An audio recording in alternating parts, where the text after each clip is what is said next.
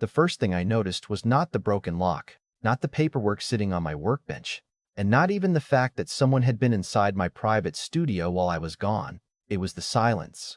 That strange, uncomfortable silence you feel when you walk into a place that belongs only to you and somehow realize someone else has been there. Someone had crossed a line they had no right to cross, and the worst part was they thought they could get away with it. I never imagined a neighborhood association would become the reason I stopped trusting the people living just a few streets away from me. But that is exactly what happened. My name is Daniel Mercer, and for almost 20 years I lived on a quiet piece of land outside Mesa, Arizona, in a small desert community where people waved when they drove past and everyone knew whose dog was digging under whose fence. My house was nothing fancy, just a single-story Adobe-style home my father and I restored together after I inherited the property from my grandparents.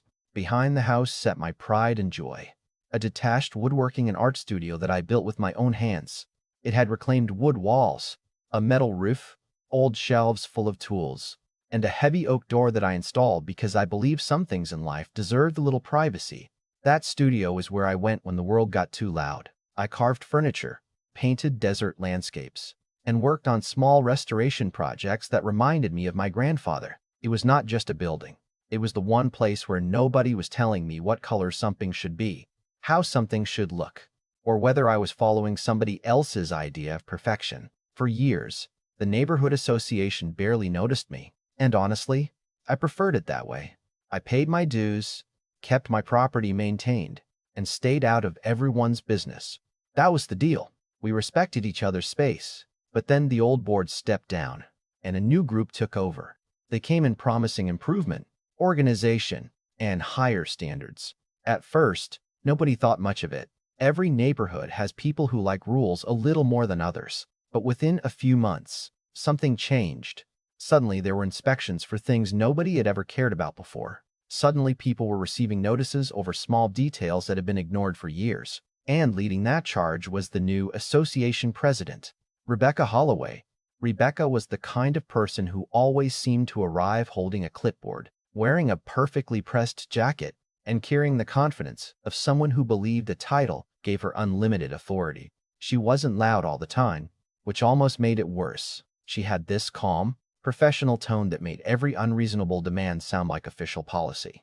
The first time she came to my house, she stood near my driveway, looked toward my backyard, and asked, "Mr. Mercer, is that detached structure being used for commercial purposes?" I remember looking behind me at my studio and almost laughing because it was filled with sawdust, old paintings, and half-finished furniture. I said, "No, Rebecca. It's where I work on my hobbies and occasionally escape from people who ask too many questions."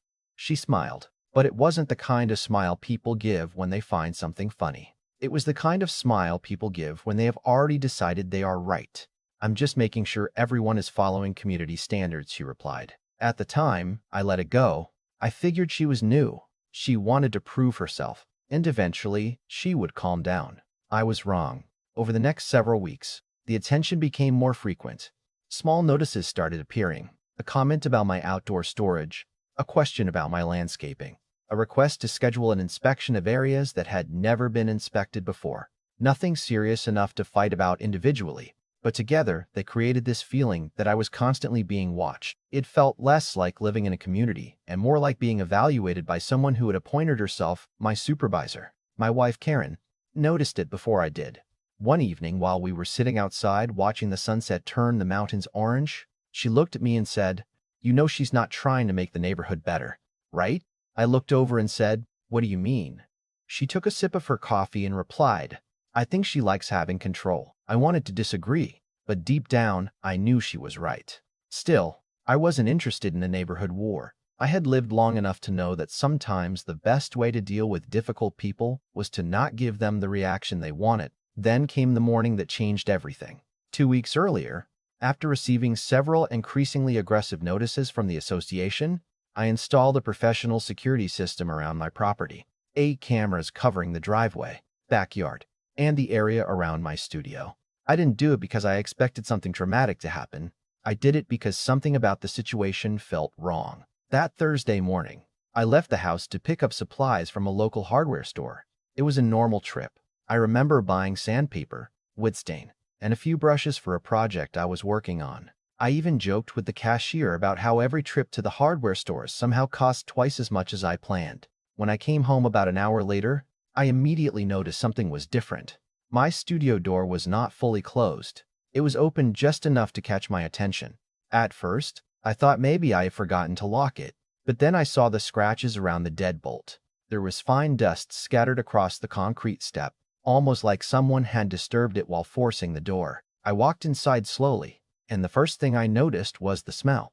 It wasn't my paints, my wood, or the familiar scent of my workspace. It was a cheap floral perfume that didn't belong there. My easel had been moved several feet from where I always kept it.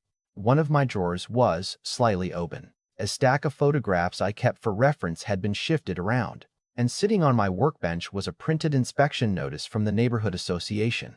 No signature, no appointment, no permission request, just a piece of paper telling me they intended to inspect a structure. I stood there holding that paper, and I remember feeling something I hadn't felt in years. Not anger, not yet. Something colder. The feeling that someone had decided my boundaries didn't matter. I looked around my studio, the same room where I had spent countless evenings creating things with my own hands, and I thought, they really walked in here. That's when I remembered the cameras. I walked back into the house, opened the security system app, and pulled up the footage from that morning. At first, I expected to see a mistake. Maybe someone had the wrong address. Maybe there was some misunderstanding. But when the video loaded, my entire view of the situation changed. Because at 10:43 in the morning, two people wearing association inspection shirts walked directly toward my locked studio door, and they didn't hesitate for even a second. I watched that footage 3 times before I even picked up the phone. The first time, I was trying to convince myself there had to be an explanation. Maybe they thought the studio was part of a common area. Maybe Rebecca had misunderstood some old document. Maybe somebody made a mistake. But the second time I watched it, I noticed the details. The way they looked around before approaching the door. The way one of them checked the driveway like they wanted to make sure nobody was watching.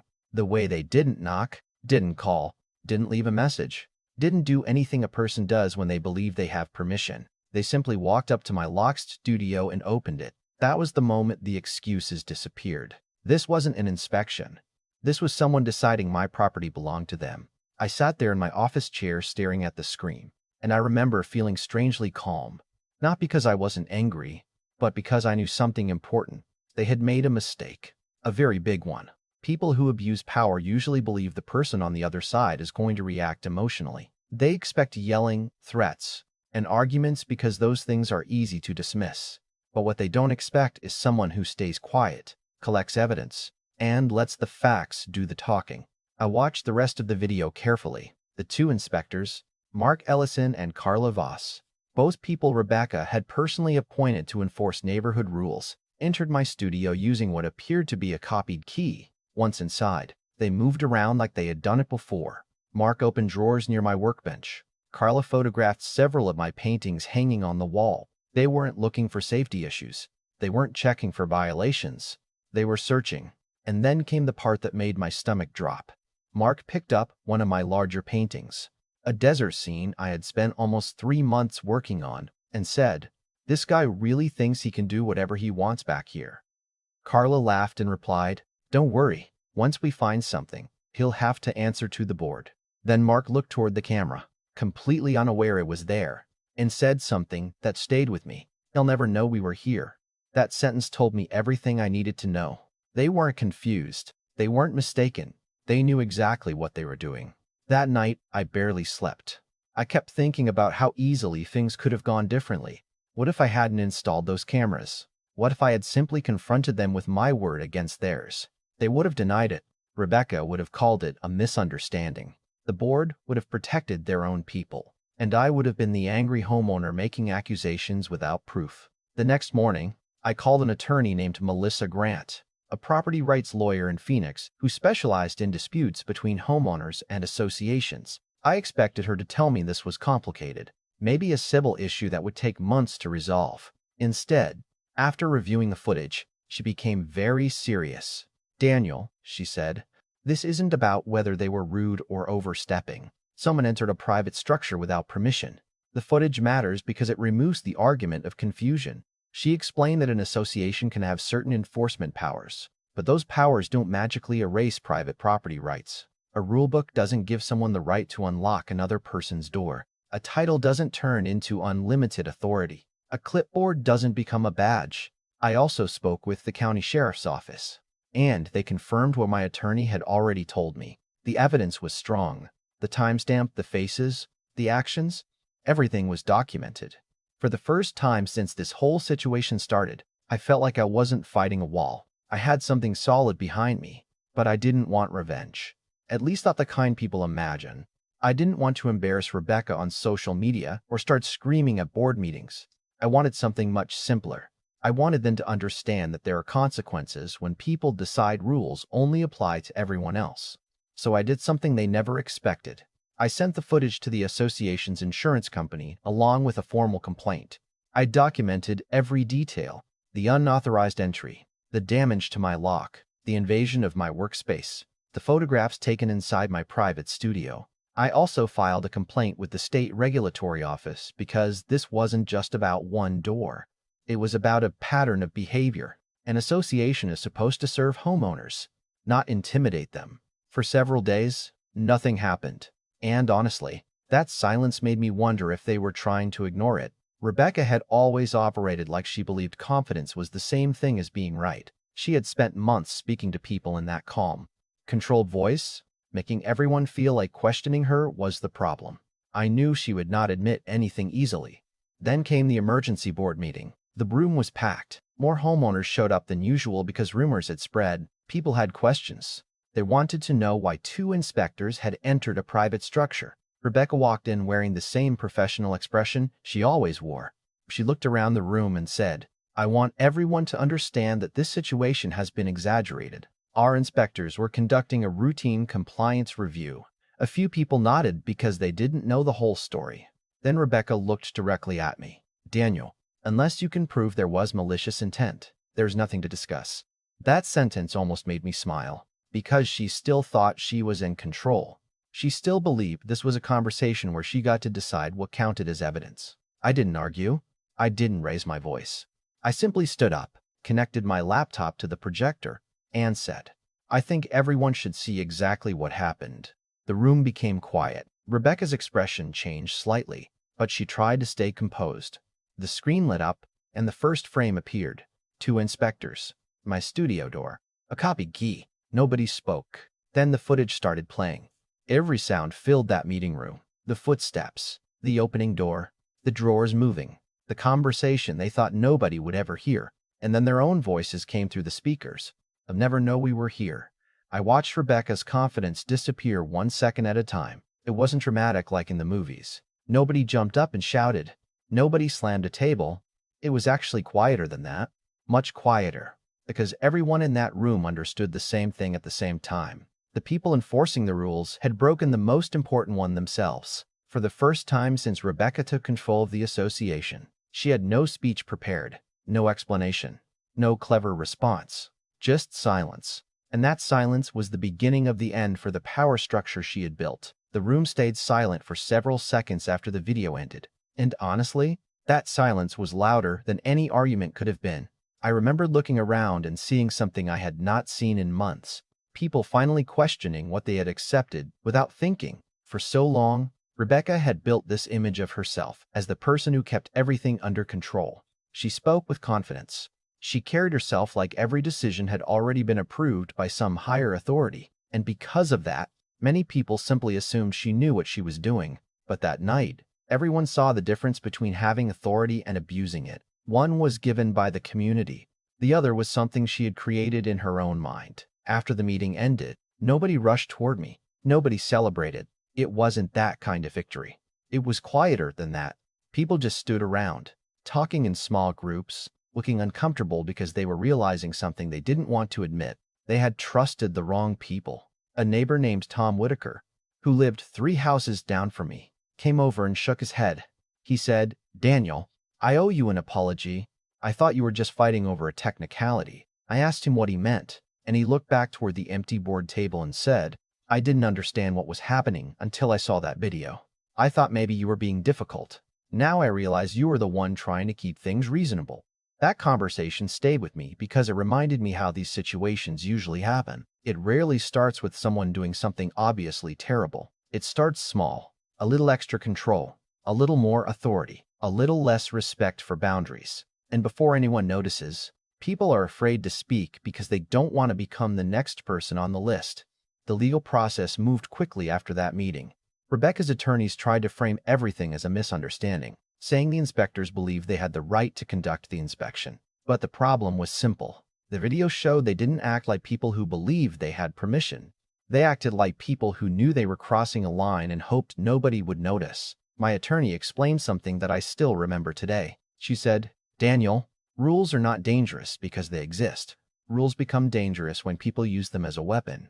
That sentence stuck with me because it perfectly described what had happened. The association was never supposed to be my enemy. It existed to help maintain the neighborhood, protect property values, and create a place where people wanted to live. But somewhere along the way, some people stopped seeing neighbors and started seeing subjects. They stopped asking, "How can we help?" and started asking, "How can we enforce?" The settlement was eventually finalized. $48,000 was paid for the damages, legal fees, and the violation of my privacy.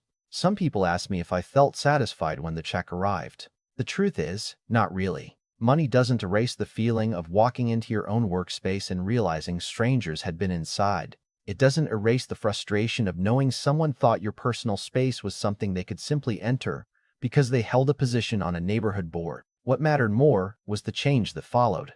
The association had to completely rewrite the inspection rules. The language that once allowed them to interpret their authority however they wanted was removed. Detached structures like my studio were protected from random inspections unless proper permission was given.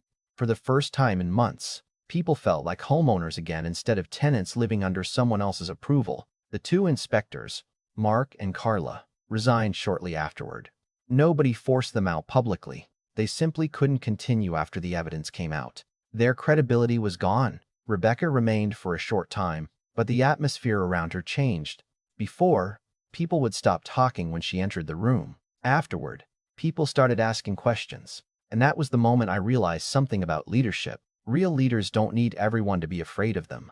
They earn respect because people trust them. The people who rely only on fear usually discover that fear disappears the moment people stop believing in them.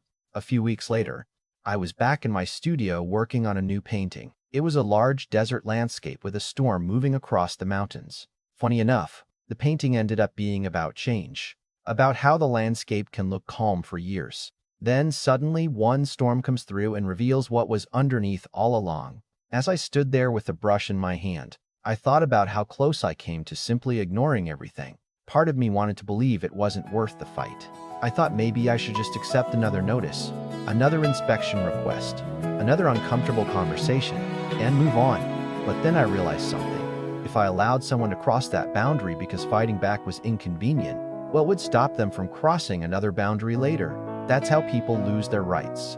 Not always because someone takes them away, but because people become too tired to defend them. The strange thing is, after everything ended, my relationship with some neighbors actually improved. People started stopping by to talk, not about the HOA drama, but about normal things, their gardens, their families, their projects. It felt like the neighborhood slowly became a neighborhood again. And maybe that's the part nobody expects from stories like this. The goal was never to destroy anyone. The goal was to restore balance. I didn't want Rebecca to lose everything. I wanted her to understand that every person, no matter their position, has limits. A title doesn't make someone untouchable. A committee doesn't make someone the owner of other people's lives. And a rulebook doesn't replace common sense. Today, when I walk into my studio, I still notice the camera above the doorway. I still lock the door every night. But I don't do it because I'm angry anymore. I do it because I learned something important. Privacy is not something you should have to beg for. Respect is not something people should have to earn by proving they are willing to fight. It should be the starting point. Looking back, the funniest part of the whole situation is that Rebecca spent months trying to find a violation on my property. And in the end, the biggest violation came from her own team. She was so focused on proving everyone else was breaking rules that she never stopped to ask whether she was breaking the most important one herself. And that is the lesson I took from all of this. Power without accountability eventually turns against the person holding it. So now I want to hear what you think. If you were sitting in that meeting room and watched that video for the first time, what would you have done? Would you have pushed for legal action like I did? Or would you have tried to handle it privately? Do you think neighborhood associations sometimes go too far when enforcing rules? Or do you think homeowners should accept stricter oversight as part of community living? Share your thoughts in the comments because these conversations matter. And sometimes the line between protecting a community and controlling people is thinner than we realize. If you enjoyed this story, make sure to subscribe and share it with someone who believes that rules should protect people, not intimidate them. Because at the end of the day, a community is not built by the people who hold the most authority. It's built by the people who remember that everyone deserves respect.